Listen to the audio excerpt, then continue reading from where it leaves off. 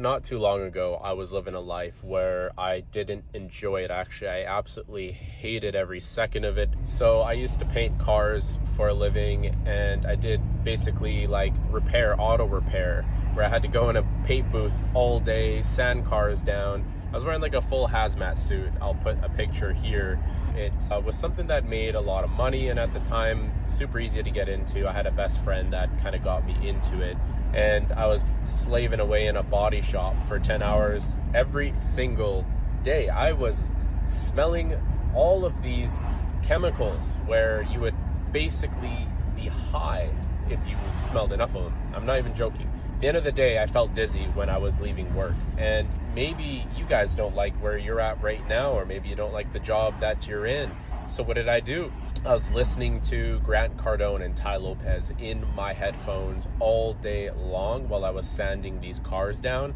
I remember I would go into the paint booth, and I had the new AirPods at the time. One day I was in northern Alberta, and I just quit on the spot. I literally walked out and was just like, this is it. I gave no notice because I drove all the way from Vancouver to northern Alberta to Fort McMurray. It's like one of these really northern oil field cities where that's all they do there is just work in the oil and they make bank. But I just basically pulled the trigger one day and just said, fuck it, I'm out of here. I don't want to do this anymore. I don't want to get sick. These guys who are working in the body shop are miserable, and I don't want to be like that. So I ended up driving all the way from Fort McMurray to Calgary, and I stayed there for 1 week. And what I found, it was actually a door-to-door sales job in Vancouver. So I went from making six figures to knocking doors to basically $0. And the first month, I was literally making nothing. And I was like, did I just do something wrong? Did I fuck up? Should I still be painting cars? But I just kept on pushing through. I was knocking 100 doors every single day. And eventually I was making 1 sale, 2 sales, and then 3 sales daily. And 2 years later, I was the top sales guy in the door-to-door sales company. I was selling home security, phones, door-to-door. I was traveling all across Canada. So I just took the plunge, and I ended up leaving that, booked a one-way flight from Vancouver to Miami, because at the time COVID hit, and I started an online agency where I actually grew that to $20,000 to $30,000 a month within 6 months. And the reason why I did that is because I actually dropped $50,000 on a high-level mastermind at the time in Miami.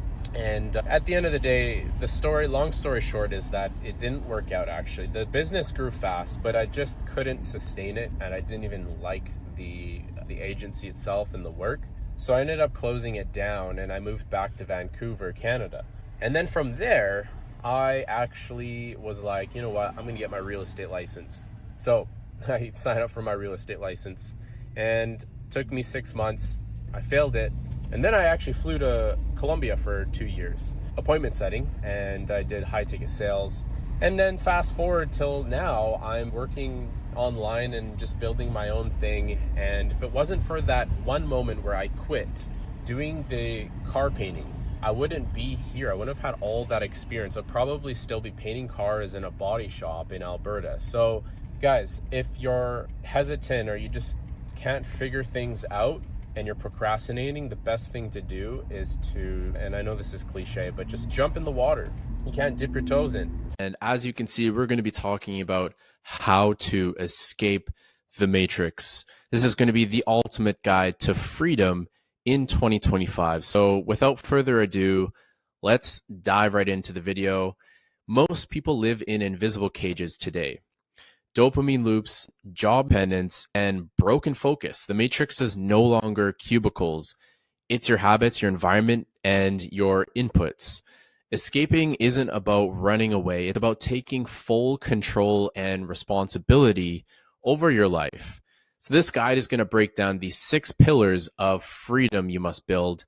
Don't just consume this, execute it. So your future self is watching everything you do today and what you're doing next. So let's dive right into the first pillar, mental reclaim. Rewire your focus. If you can't control your attention, you don't control your life. Your phone is a slot machine. Every swipe is training you to be weak. We are so addicted to our phones these days, it's insane. Like everybody you around you is literally looking down at their phones. Like if you go outside, TikTok, porn, sugar, reels, it's dopamine warfare. It's keeping you numb. Constant stimulation lowers your real life baseline.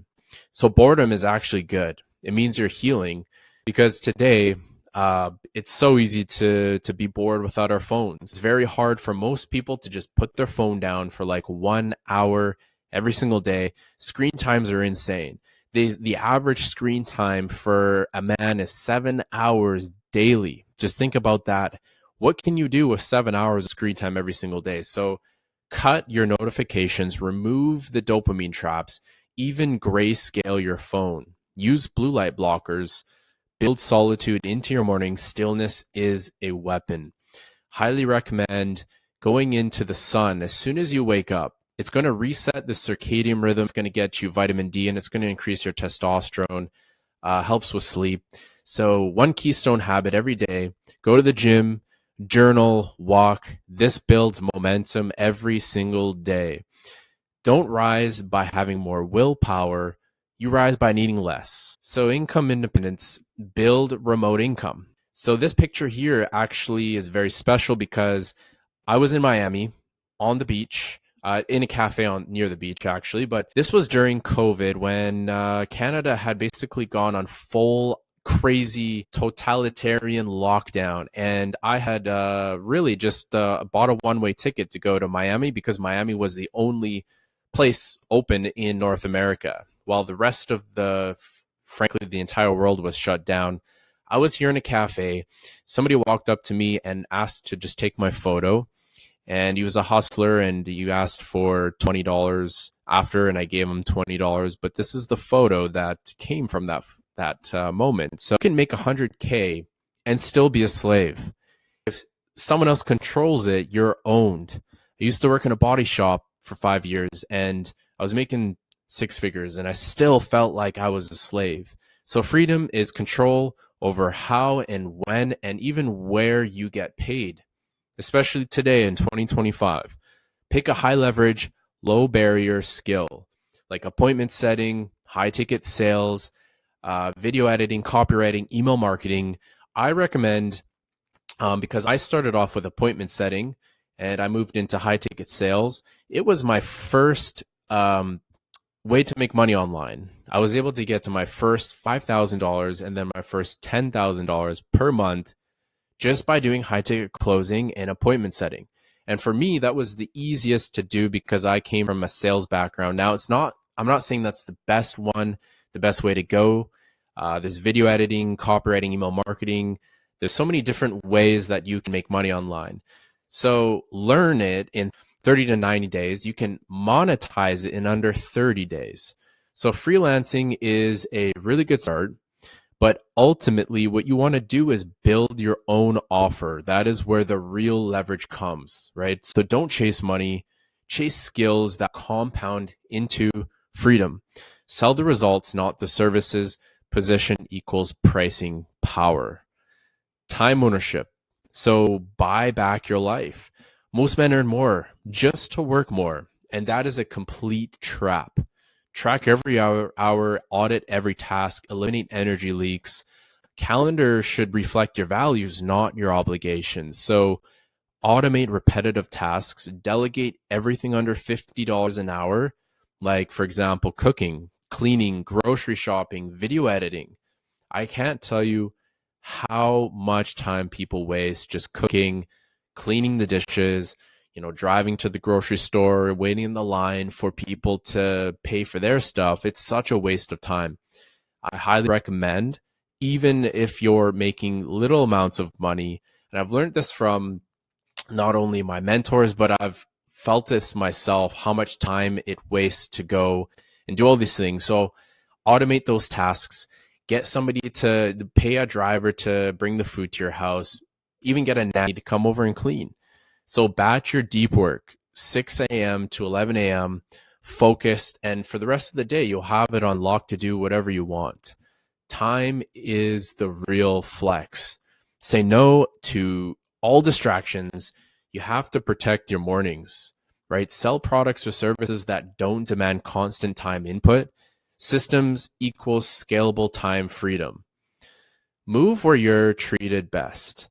This is a photo of me in Warsaw. These are two of my favorite places, Warsaw, Poland, and Colombia, Medellin. This is when I went on a little bit of a horseback riding, and I was at the top of the mountains and just got a quick little photo. But your job shouldn't dictate your geography, right? Your remote income plus time control equals global flexibility. Why live in an expensive, high stress city just to say you do? Like, for example, I'm from Vancouver, Canada, which is one of the most expensive cities in the entire world. And it's for what? You're literally paying for higher crime, higher taxes. There's not much that you're getting for what you're paying for. So I recommend earning in US dollars, spending in pesos or zlotys, and arbitrage your life. And if you're not sure what zlotys are, that's the Polish currency. But live where your nervous system thrives. Like that could be nature. That could be a highly cultural place. Places maybe that's in the city. Maybe you want to go to Dubai or Miami, Medellin, Colombia. Maybe you want to live in Poland. There's so many different places you can go to. And the tools you need is a laptop, some Wi-Fi, cloud documents, and online payment systems. Don't confuse escapism with mobility. Structure your life and then move. So chase environments that elevate you, not just excite you. So social sovereignty is ultimately you are who you hang around. You are the sum of the 5 people you consistently hang around. Energy is currency. Who you let in your life either drains you or it multiplies you. Most people are energetic liabilities, not enemies. They're just stagnant. So keep the builders, drop complainers, cut people who lower your standards. Just because they have access in your past, this doesn't mean they get access now. So high level circles expect more, they speak truth, and they hold you accountable. Network up, masterminds, online groups, events, communities. You become the average of your 5 inputs: content, people, habits, beliefs, and your energy. And this is a photo of me at Grant Cardone's. Like you probably have seen this. This is the 10X brand, Grant Cardone's brand. But this was a conference I went to when I was in Miami. And I was around and connecting with a ton of entrepreneurs, like-minded people. We were also in a online community as well. So it was game changing for me because it's hard to find people when you live in a small city your entire life that are like-minded, that want to get out, want to escape the matrix, they want to make money. So highly recommend joining masterminds and communities, online communities. So the next one is going to be to lock in your mission or mediocrity. Freedom is a vacuum, and without purpose, distractions, they flood right back in. Purpose isn't found, it's built through execution. What energizes you? What do people thank you for? You can just start there. You'll hit walls. Purpose is what keeps you from pushing when motivation dies, and it's all about simplicity over complexity. Solve a problem, tell the truth, and lead others. Mission gives clarity, and without it, you drift and decay. Alignment equals no more split energy, second guessing, or burnout. You're not just escaping, you're here to build something that outlives you. Stack the pillars in order. So don't chase all of them at once. Build each on top of the last. Mental reclaim, regain your mind, income independence, learn and monetize a skill, time ownership, automate and structure, move where you're treated best, build remote leverage, social sovereignty, so cut low energy inputs, mission lock-in, root into something that's bigger than you. Because, you know, at the end of the day, when life gets hard, when you're starting a business or anything new for that matter, your why is going to be what pulls you, because you're going to run into a lot of challenges. You're going to have things that go wrong and you're going to want to quit. But when you have a very strong why, it's going to pull you through those moments. So this is the modern sovereignty stack. Follow it, and you will exit the matrix. It's that easy. So here's an execution game plan for you guys to follow after this video. You already know what's keeping you small in life. It's the apps. So kill them. Kill the distractions. Build something that truly matters. Build a legacy. Learn a skill, get paid, buy your time back. That could be high ticket sales, remote closing, it could be copywriting, could be anything. Move your city. You're not a tree. You can move. Cut toxic people. Find a community of brothers or of like-minded people. Align your energy to your mission. Execute daily, stack wins, and stay dangerous. So the world doesn't need another follower. It needs you awake. So that's it for this video, guys. I hope you enjoyed it, and we'll see you guys in the next video. Peace.